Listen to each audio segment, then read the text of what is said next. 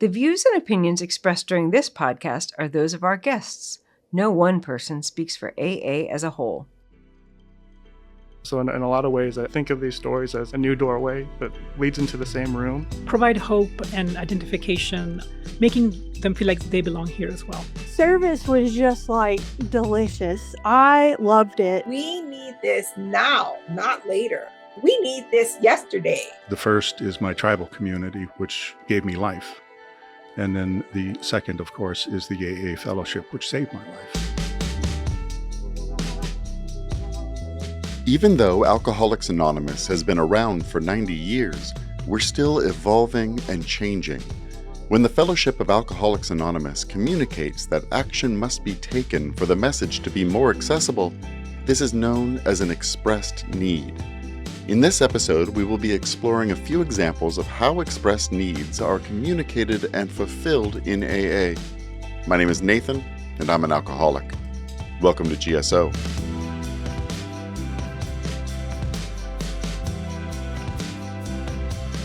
While there are no special alcoholics, there are alcoholics who experience barriers to accessing the AA message.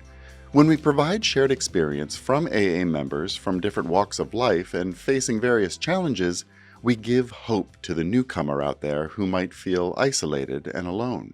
We tell them, you too can recover.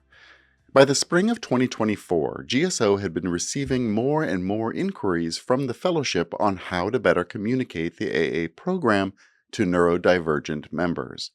Neurodivergent is a term that describes people whose brains process information differently than most people. Neurodivergent people may have different strengths and challenges than people whose brains develop more typically. The term neurodivergent can include those with autism, ADHD, dyslexia, OCD, Down syndrome, and Tourette syndrome, to name a few. In response to this expressed need, the Treatment and Accessibility Staff Coordinator made a request to the fellowship for shared experience on the subject in order to help members carry the message. The response from the fellowship proved incredibly beneficial. One email that was received included an open letter to neurotypical alcoholics. This was written by 6H. Thank you for having me. Who at the time was a district accessibilities chair. Here's 6 sharing an excerpt of their letter. We're the quiet ones. We're the loud ones. We're the ones you wish would be quiet. The ones you wonder why they never talk. The ones who won't stop moving. The ones who daydream. The ones with childish or obsessive interests. We're the neurodivergents, and we walk among you. We try to conform, to fit in, but we tend to stand out or to not be seen. You've probably met many of us, but you didn't know what you were looking at. You were most likely frustrated with us or annoyed. You couldn't understand how anyone could act like that. Our personalities and presentations are across the spectrum, just like the varied histories of many an alcoholic, the same but different. We can be alcoholics. We can suffer from alcoholism. We can recover from a hopeless state of mind and body through the 12 steps, the Fellowship of Alcoholics Anonymous, and a higher power of our own understanding. We can be a small part of a great whole if you make space for us. Please make space for us. Thank you so much for sharing that piece with us, 6. Would you mind sharing a bit about what brought you to the rooms of Alcoholics Anonymous in the first place? Sure. I was introduced to Alcoholics Anonymous in a psychiatric hospital. I was on the psych side. I wasn't there for rehab or detox, but a group leader didn't show up. And a guy, one of the techs, got up and gave his lead instead. And he talked about his relationship with alcohol. And it blew my mind because I had never heard anyone talk about alcohol the way that I drank. And he said that he worked the Fellowship of Alcoholics Anonymous. So I decided to come and check out AA. And I came in here, and the very first meeting I went to, a lady shared that she deals with extra issues. So not only did I find people who drink the same way that I do, but also deal with extra issues and were a part of this fellowship. Were you expecting to find other individuals that dealt with other issues in addition to alcoholism? I was very surprised by that. That was the biggest thing. I've known lots of people who struggle with lots of stuff, but not anybody that had actually been able to use the 12 steps and be active in service and do all the things that Alcoholics Anonymous offers and be able to be useful and helpful. And even though I still deal with those extra issues, find ways to manage them so that I still can be helpful and useful in my own way. Yeah, helpful and useful. In your letter, you wrote about a desire to be useful. And for a lot of us in AA, I find that that's a universal desire to be of service. And what has being involved in general service in AA been like for you? What's the experience been like? At first, it was utterly terrifying. I'm very lucky that my first sponsor was very thorough in the traditions as well as the steps. And they basically put me to work without me even knowing it. Hmm. They took me to area and they said, stand here and hand out these flyers. At the time, I rarely talked, and I darn sure did not talk willingly to people. And I was like, this isn't something I can do. And she was like, yeah, it is. Just hold out your hand with the flyer in it. That's it. And that was my introduction into service. And like, you feel it's such a little thing. It's such a little thing to stand there and hand out flyers, but it makes you a part of. And for somebody that has never been a part of, that was really helpful. Wow. Wow. So you said at that time you weren't talking very much. And here we are on a podcast. All we're doing is talking. Well, I've been in the fellowship of AA for 15 years. I have 10 years sober. My sobriety date is April 26, 2015. It's taken me a long time to get where I am now. But when I was 7, they wanted to put me in an institution and leave me there. And now I have my own place. I draw and illustrate and write and am active in AA and also with some autism services here. I get to be a big part of this world and I get to give back instead of always taking. Sounds like service was a very positive experience from the jump. Service was just, like, delicious. I loved it. My first area, I was terrified of everything there, but it was amazing to watch our, like, business side of the fellowship, how people would go up to the mic and have strong opinions, but yet everybody still stayed, like, cordial and nice and genuine with each other. They weren't just faking stuff, and having these conversations, like, it was amazing to know more about that's going on and that's available for us who do much better in the service structure than in the meeting side. Yeah. What was the impetus behind writing the open letter? Well, at one, there was a call out for neurodivergent stories. How did that feel to know that the General Service Office was asking for shared experience from neurodivergent members? Really freaking cool. Like, yes, it was so cool. And then somebody responded to it. Like, that was like, yeah, that was cool. But my last sponsor has been really instrumental in giving me the confidence to stand up for things that I need, like the hugging and handshakes. I always used to just go along with that because that seemed to be what everybody did. And so I just went along with it. Well, hugs feel like fire to me. I don't like them at all. I don't find comfort in them. But he gave me permission to say no. In fact, he told me, you will say no. And when I started doing that, people figured out pretty quickly that I'm not a hugger. So I wanted to let other neurodivergents know that this fellowship is open to them, but we have to put our own boundaries in place and we have to be willing to enforce them. But if we do that just for a little bit, everyone else will figure it out. Now people don't come up to hug me, or if they do, they ask politely first. What do you think AA as a whole could do to improve accessibility to the message for neurodivergent members and potential members? That whole accepting thing, right? Just being accepting that we're going to come in and be a bit different. And that's not bad. Allowing for weirdness in your meetings, that people get up and move around, and that's okay. That different communication methods are needed sometimes.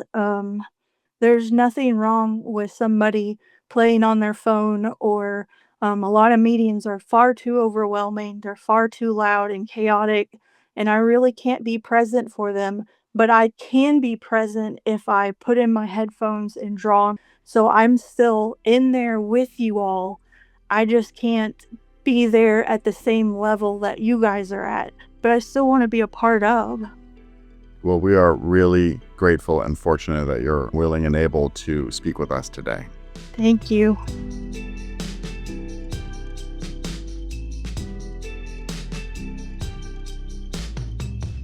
For more information about AA, please visit our website at aa.org. Let's explore another example of how express need is communicated to the General Service Office. A suggestion was made to have the pamphlet titled The AA Group, Where It All Begins, interpreted into American Sign Language. This would mean that an ASL interpreter or interpreters would be filmed interpreting the pamphlet, and that video would be available to the public. In order to better understand this express need, a meeting was held online with Kelly, the accessibility staff coordinator at the time, and 11 deaf AA members to discuss this very topic. You'll hear the voice of a professional ASL interpreter. When the group was asked if the pamphlet should be interpreted into ASL, the answer was unanimous. Yes, absolutely. I love the idea. In my opinion, the pamphlet needs to be interpreted into ASL. Yes. In order to properly communicate this express need, we need to know why. Because we in the deaf community, we rely so much on the visual because it's our primary language. ASL is our first language with the facial expressions. When you look at the English sentences, it's really hard for us deaf folks to really understand complete concepts. And that's all I want to share. It's 5 years out of COVID. We're still seeing struggles about learning how to run a healthy meeting. We need this now, not later. We need this yesterday. So we need to get this passed. When it comes to And we're reminded why it's important to hear directly from those AA members with the express need. Oftentimes hearing people are making decisions for the deaf community. And that's something important to be mindful of, that if we do go ahead with making these videos, it is important to check with the deaf community, the deaf members, to make sure the signs are correct. Thank you for coordinating this meeting. And Kelly, I appreciate you recognizing your hearing privilege, and that means a lot. We've now heard a couple examples of how needs are expressed in AA. So, let's explore how expressed needs are fulfilled. When an expressed need is brought to the General Service Conference as a proposed agenda item and is passed, working groups are established made up of appointed committee members, ACMs, with backgrounds that may best serve the fulfillment of that expressed need. I had a chat with 2 ACMs as they began the process of creating new AAWS publications. I'm sitting down with Manisha G. and Brian P., who are both appointed committee members. Manisha, you're an appointed committee member to lead the working group for the pamphlet for the trans alcoholic. Mm-hmm. And Brian, you're an appointed committee member to lead the working group for the pamphlet for the Asian and Asian American alcoholic. Yes. Thank you both for joining us today. Thank you. Thank you for having us. Could you walk us through what these working groups are doing? What is the process for creating a new AA pamphlet? Manisha, we'll start with you. The idea of creating a resource for trans alcoholics has come up for the past 5 years or so in proposed agenda items. And in 2024, the conference passed an advisory action to create a pamphlet for the trans alcoholic. This brings us to today. Yeah, so the main part of the pamphlet will be stories from people in the community. Specifically, in this case, it's people who identified as trans, which is a pretty umbrella term, but it's more basically gender diverse.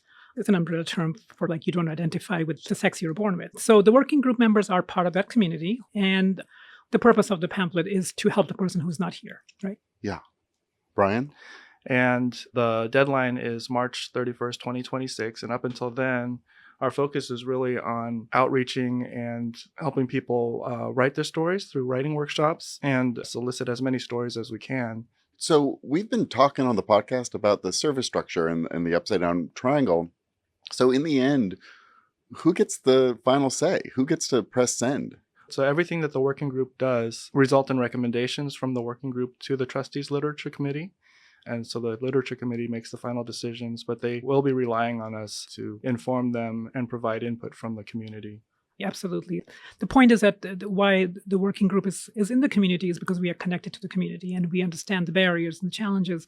And so our part of our job is to actually outreach to them, people in the community who have stories of recovery that can really help with our primary purpose. We're really trying to choose a group of people that are very diverse geographically. And for the Asian pamphlet, since it covers so many different ethnicities and cultures, we want to have a diversity of cultures there too, so that all of us will be able to reach out to the widest range of people possible. Cool. Yeah. What are you looking for in stories? First, you have to remember what is the purpose of the pamphlet, right? Its purpose of the pamphlet is to provide hope and identification, making them feel like they belong here as well, right?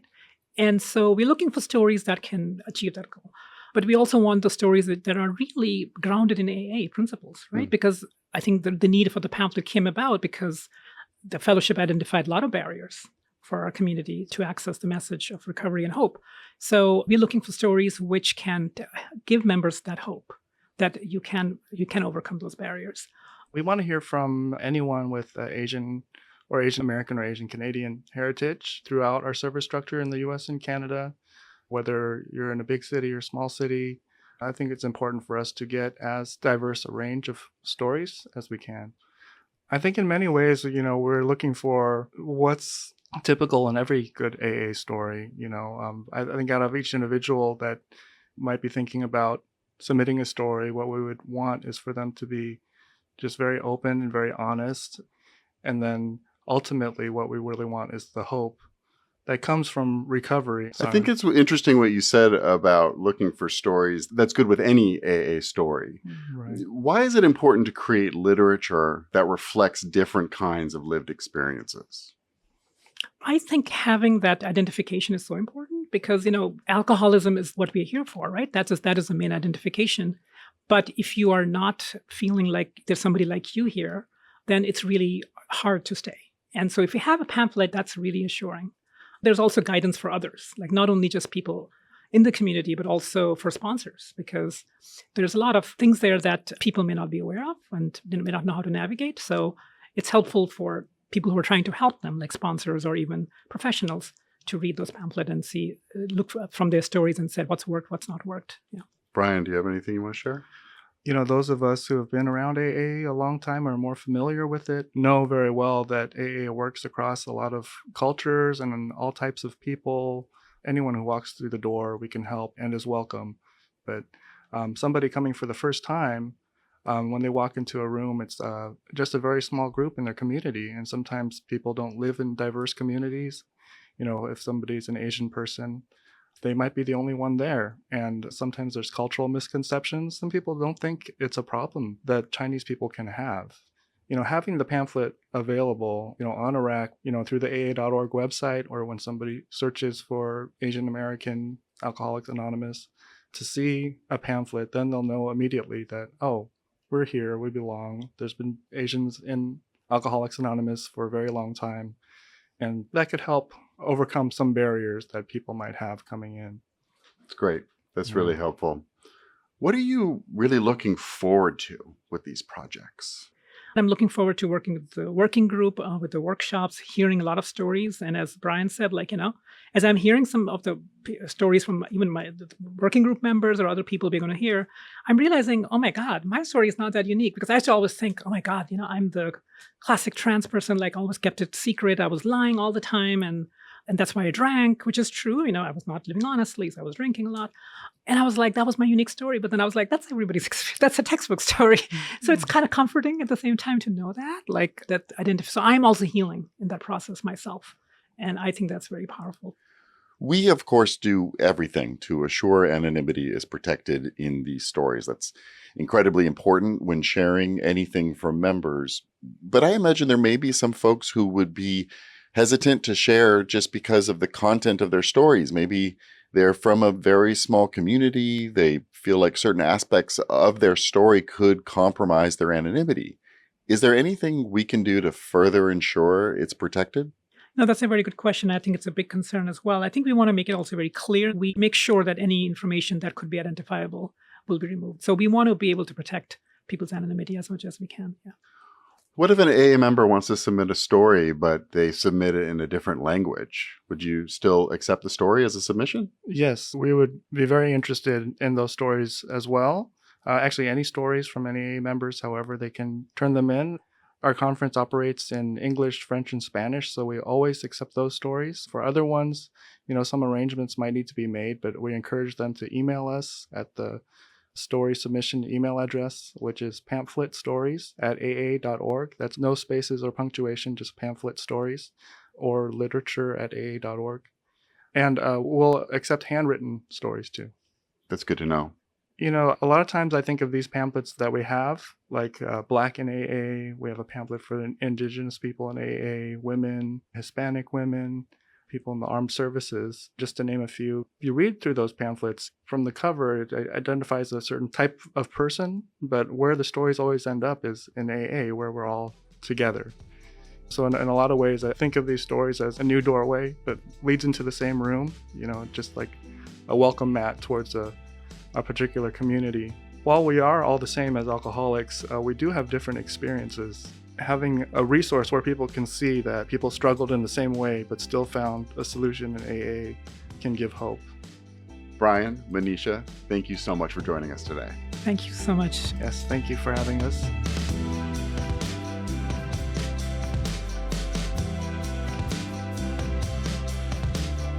To find a meeting near you or a meeting online, download the Meeting Guide app on your mobile device. And finally, what's it like to be on the other side of fulfilling an expressed need in AA? After the countless hours of service on a given project has concluded, after the action is implemented. For this experience, I spoke with one more ACM. We're sitting down with Jerry R., an appointed committee member who led the working group for updating the pamphlet now known as Indigenous People in AA. Thank you for joining us, Jerry. Thank you, Nathan. It's wonderful to be here. What was the process like to work on updating the pamphlet? As any experience I've had in service work in Alcoholics Anonymous, certainly a process of growth for me. Just really an incredible experience to, first of all, work with the Trustees Literature Committee and be able to reach out to the Indigenous community within the AA Fellowship and, first of all, invite people to come aboard and form that working group and go through the process of organizing in order to come up with something that served the Indigenous community more effectively. And then the other opportunity for really spiritual growth was just putting the call out for stories and watching the fellowship step forward. It took some time, as things often do in Indian country, for those stories to come forward. We had to reissue the invitation, the call for stories, a couple different times. But once they started coming in, it was really an interesting process to see the diversity even within the Indigenous community, the stories, the experience, and just the understanding that people gain about themselves, about recovery, and even about their heritage as they recover. You said that you had to call for submissions a few different times? Correct. Why is that? When you think about it, a lot of the Indigenous community are in rural settings, and they aren't as plugged in as many people are in more urban settings. Although there are, the largest part of the Indigenous population is urban today, but there are still so many out there in those smaller communities that not only do we need to hear from, but who need to hear from us as well. And so that interaction always takes time. We call it Indian time. And when you combine Indian time with AA time, things slow down. Yeah, it takes some time. It's a very spiritual experience. And those that were chosen, Yes. what kind of range of experiences or locations did it come from? Could you speak a little bit to that? Yeah, every single story represents a different indigenous community. Towards the end, we recognized that whether it was someone who worked on the committee or someone who submitted a story, there were 32 different indigenous nations involved in the production of this version of the pamphlet. Why did the pamphlet need to be updated? What happens to much of our literature is that it gets outdated over time. And some of the stories, in particular in the indigenous peoples, or at that time it was AA for the Native North American pamphlet, just the title alone was an issue for a lot of the indigenous community in Canada, for instance. And that was one of the first discussions that we had as a working group was, okay, what are we going to call this? And the Canadian folks who were on our committee were very, very clear that they didn't consider themselves to be North Americans, that they were fine with Indigenous or Aboriginal. So we stuck with Indigenous people in AA. And that was the first discussion that we had. And it was an important one because this is about inclusion. And we want to start with that from the get-go. Why is it important to create literature that reflects different kinds of experiences? That's a great question there. So I've been in service work for some time, and I have heard a fair amount of people suggest that we don't need as many pamphlets as we have, that what people need to do when they get to AA is just identify with the fact that they're an alcoholic and work toward our common solution and recover. But what I've come to see and the way I've come to understand it is that pamphlets aren't necessarily intended for the fellowship currently in the program. Our pamphlets are a tool for outreach.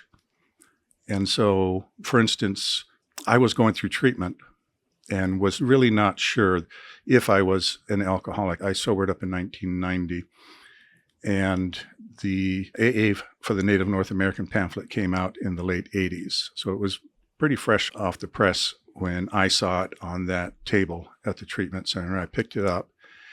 And coming off of the reservation, there's a lot of fear. There's a lot of anxiety. Having been raised on the reservation in that culture with that understanding that off the reservation, there's a whole new world that I don't fit into. But when I went to recover, AA was part of that outside world, and it was intimidating. It was scary. And people say, well, yeah, it's scary for all of us. Yeah, it is. But when you come from a culture where there are things like cultural trauma, intergenerational trauma, and everything that tells you that you are separate, you are different, you have been singled out, it's hard to get over that. What a lot of people don't understand is that we have the thresholds to our rooms that people have to cross over in order for us to be able to work with them. Outside of that threshold, there's this big mound of fear that they have to find some way to get over. And what these pamphlets are designed for is to help them to be that guide over that mound of fear that's in front of them. And that's what that pamphlet did for me at that treatment center. I read those stories, and though they didn't speak exactly to my situation, I had enough of an opportunity to identify with them that I had just a small window of hope, enough to say, maybe this will work for me. Maybe if this person from this reservation found recovery here and this person has a better life from this tribe, it opened the door just a little bit wider for me, and it reduced the size of that mound of fear that I had to get over. So it brought me to the doors and through the door of Alcoholics Anonymous. It's a great tool for inside the rooms, but it's a fantastic tool for outside of the rooms. That's why it's so important, I think. Excellent. This revision just came out in 2025. I'm sure you've gotten a fair amount of feedback from the fellowship by now. Yeah. Anything about the impact that it's made? Yeah. It's made some people cry in good ways. Yeah, just immediately. The feedback has been very, very positive. The Indigenous Fellowship has received it very warmly. And actually, I can tell you that everyone that I've heard back from who has read it and gotten past that beautiful cover have responded just so positively about it. The cover is beautiful. I was just talking about that. The cover actually does incorporate a lot of Indigenous traditional elements. It contains sky, earth, water, plant life, and living things. The dragonfly that is on the cover, pretty much any Indigenous culture, the dragonfly represents healing and transformation. And we felt that that was very appropriate. Then there are 4 flowers on the bottom representing the sacred number 4. And so we jazzed it up a little bit as an Indigenous community.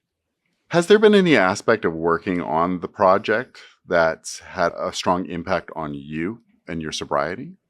The impact has been, it's hard to find words for it, but I can tell you that the sense that I got on a personal level of being able to give something back to really 2 different communities that have meant so much to me. The first is my tribal community, which gave me life. And then the second, of course, is the AA Fellowship, which saved my life. And just to know that I've been given that chance, however the end result is received, the opportunity to give back and to be asked to step into this has been tremendous. It was just a tremendous experience to connect with Indigenous people from all over U.S. and Canada, and to share not only our love for Alcoholics Anonymous, but our heritage as well, and just our understanding of how closely intertwined those can be, that the entire working group stepped away from this project at the end with hearts just brimming with gratitude. I know each one of us walks back into our AA community and our Indigenous community with a lot more desire to continue to carry this message because of this experience. You have an obvious connection to this piece of literature, which you've worked so hard on for so long. Besides the pamphlet, do you have a favorite piece of AA literature? A passage on the 4th step of the 12 and 12. It's a simple little passage, but it describes to me what the voice of my disease sounds like. And it's that line that says, pride says you need not pass this way. Fear says you dare not look. And what AA tells me is, yes, you can. Jerry, thank you so much for sharing your time with us. Oh, I appreciate that. Thank you.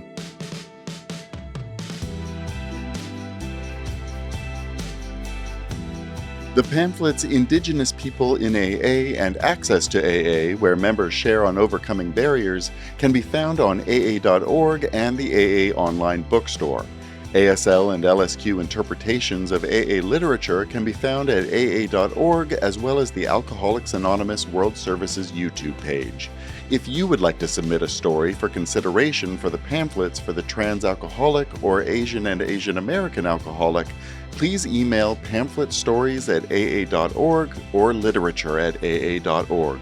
Deadline for submissions is March 31st, 2026.